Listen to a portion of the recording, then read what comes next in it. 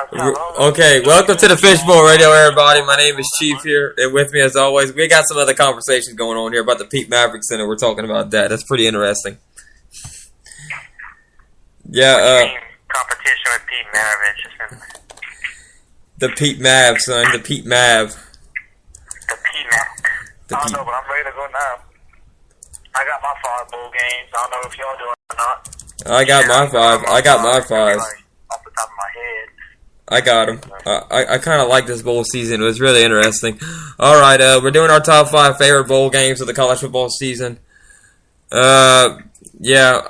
Wow, I just realized I titled this kind of wrong. I put college football game review top 5 favorites. Well, I could always edit it. It's not a bad deal. But anyway, we're talking about the top 5 bowl games for this year. It's very interesting to see how this college football season played out. We never would have thought that Clemson would have made it this deep, or some teams falling from grace like Oregon did in one year. Different things like that. Never would have thought Kansas wouldn't have won a game this year. So, yeah, a lot of stuff to be talked about. Yeah. So, so Juicy, what's your least of your top 5? Like your number 5 bowl game? Number 5 bowl game to me would be the Western Kentucky and South Florida game. I don't remember what bowl that was though. I don't remember the name of it.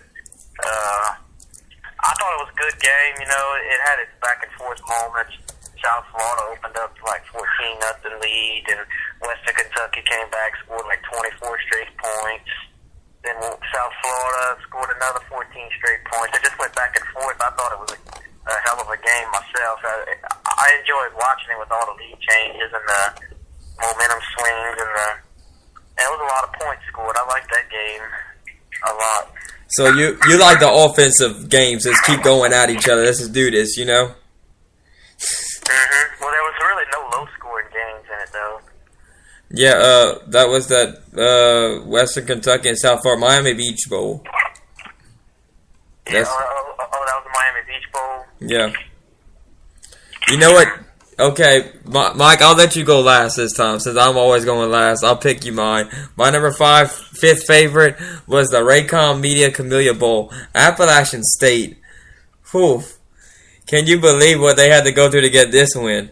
They were so far behind during this game that everybody was like, dang it, I lost this one. There's no way they're going to come back. Well, Appalachian State does a very good job against Ohio, and they were able to pick up the win 31-29. I thought it was a very good game, very hard-fought game between both teams. It was very interesting to see how that game was able to be played out.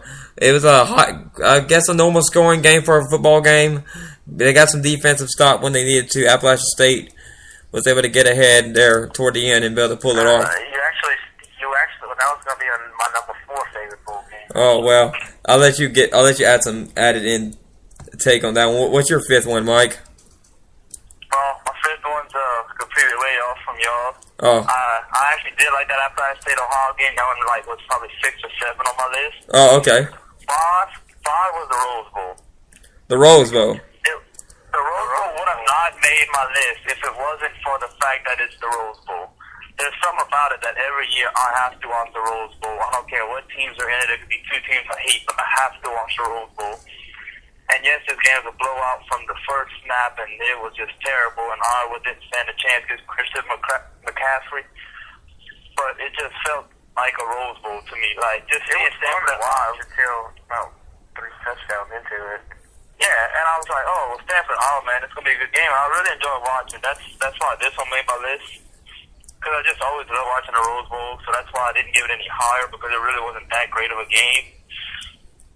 So, yeah, 5 is the Rose Bowl. Well, here's how I pick my bowl games. I pick it by the quality of the game. I think if it's got a good thing to it, then, upset. I love upsets, so, yeah, that could tell you something about mine.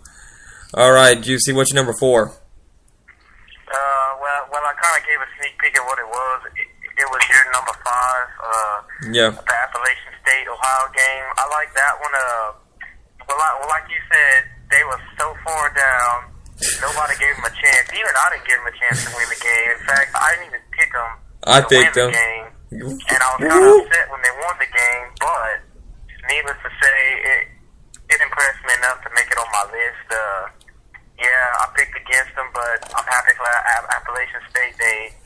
It shows they were battle tested and ready, and it shows you're never out the game. It's never over till it's over. Yeah, that was a very good one. My number 4 is I like the quality of game, but sometimes people can overestimate teams.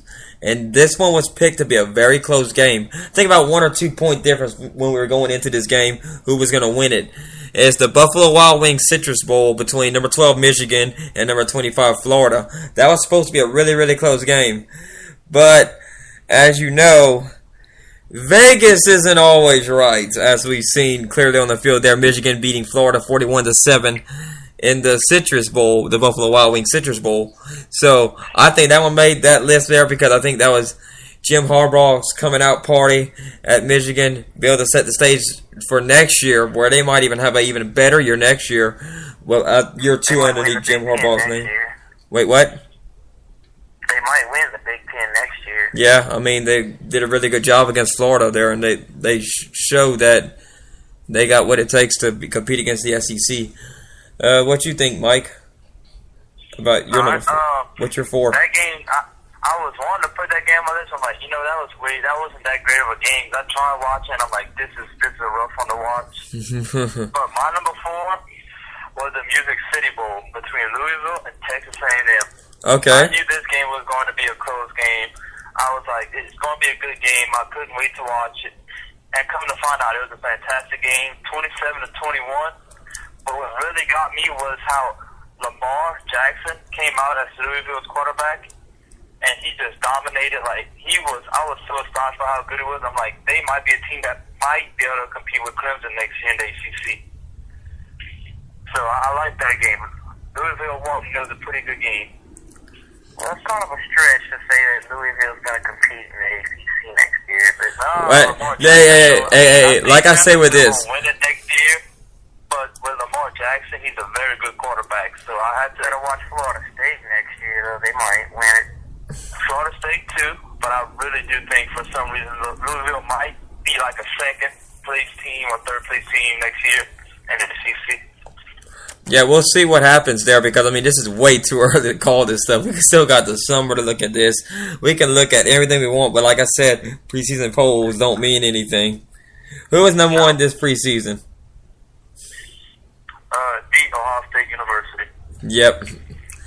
And where did they finish up? They finished top 10, I think. Yeah, number 5. But they're still not number 1, though. They didn't start where they finished. They blew it because they honestly, I think everybody would have to admit they had the best team on the field, really and truly. They just couldn't get nothing done. They probably could have beat Alabama, too. They already did one time. Well, they could have went undefeated this year with the team they had, but apparently something either went wrong with the coaching or the players or something. But I don't know. All right. What's your number 3, Juicy? Well, it would almost be a sin for me not to have this on my list, but being that I was also at the game, I have to say the Advocare V100 Texas Bowl with LSU and Texas Tech. I was there, so it'd be kind of hard for me to say that it can't be on my list when I was there. But, I liked the game. I know it was close for a half, and it was a good game because LSU did a lot of running. It seemed a different style of offense. LSU did a lot of running. Texas Tech was pretty much all passing.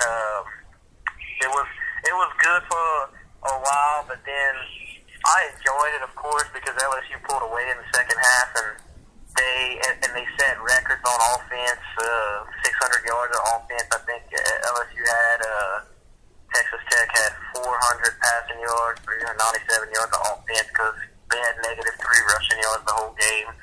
So, but I like the game. It was a good game, and I guess Texas Tech just wasn't ready to step up. Wasn't ready to compete on that stage, but it was a good game, so that's my number 3. Yeah, I'm kind of disappointed in you, Juicy. I thought you would have picked a better bowl game than that one, man. Huh? I thought you would have picked a better bowl game than that one. I was kind of disappointed in you there. I had to put it on my list because I was there. Yeah, I mean, it's your own opinion, but I disagree with it. That wasn't even nowhere near my top 5, not even my top 10 of bowl games. I mean, if I wouldn't have win, I probably wouldn't have put it on my list. Because I try to look for the quality of the game itself and how it was played, and like if you were just shocked at what happened, this game here that I have at my number 2 is higher than that, but I got my number 3. I know, yeah, I know. I'm foreshadowing, Juicy. I'm foreshadowing. Okay, I liked number 3 here on my list here. This game was very good, and it caught some people by surprise, I think. Especially did me and Mike, I think, because we didn't think this at all. The Goodyear Cotton Bowl Classic. Alabama came out of nowhere and proved why they were a national champion here. They were very good. Derrick Henry, Jake Coker, they both proved why they deserve to be national champions in this game, because this wasn't the game that really decided the national championship, but it's very important because you have to win this game to get to the national championship game. But Michigan State, they just didn't show up at all. They got smothered by Alabama's defense. Connor Cook just wasn't Connor Cook at all. Well, Chief. And them being 38-0. Wait, what? I was gonna say, well, Chief. Well, like you said, that one wasn't even close to my top 5. Like that one didn't even. Because I had called that one. Because I'd expected that one. Yeah, but I thought the way Alabama played just made it be that way. Like, context of what they played in, I think deserves a top 5 performance in our picks here. They played really well. Yeah, that one wasn't close. Yeah. It kind of goes back to my Michigan and Florida game. They surprised everybody because some people thought Florida and Michigan was going to be really, really close. Yeah, that one surprised me. I did pick Florida to win. I picked Michigan. So maybe they look a genius. All right, Mike, you 3. Alright, so I could see that Chief is doing it based on you could hear what Chief's doing on his criteria. My criteria for my stuff, really, I guess I should have said earlier, is stuff that I personally just enjoy sitting down, happy watching the whole game and the whole. Yeah, that's how I'm judging mine too. I'm judging mine the same way. Like just personally, like if I enjoy sitting down watching the game and how fun it was to watch. But just to spoil it, I didn't put none of the playoff games or national championship games, even though I do believe the national championship game might be number 1 or so, even though for the preview I said I probably wouldn't watch it. I'm glad I watched it. It was a great game. But my number 3 is going to be the Independence Bowl between Virginia Tech and Tulsa. That game was awesome to watch. Yeah, it was a very good game. I agree. 55 to 52, a very close game. Yeah. And it was Frank Beamer's last game as a coach at Virginia Tech. It was a good way. Legendary coaches in football. It was a good way for him to go out. Game be dramatic as it was, I had to put on my list. Yeah, that was a very good dramatic moment for Frank Beamer being his last college football game. It was a great way for him to go out. Yeah, that's what I said. That made my list because I was enjoying every minute. I was just like, wow, this game's close, and this watching a legend coach's last game is pretty cool. Yeah, that was a very good moment in college football, I believe. Juicy, who you got for your number 2? My number 2 would be the Vizio National Championship game. Dang, Juicy, we got the same idea. One because I think there's one bowl game that topped it, but that was my number 2. I mean, it was a good game.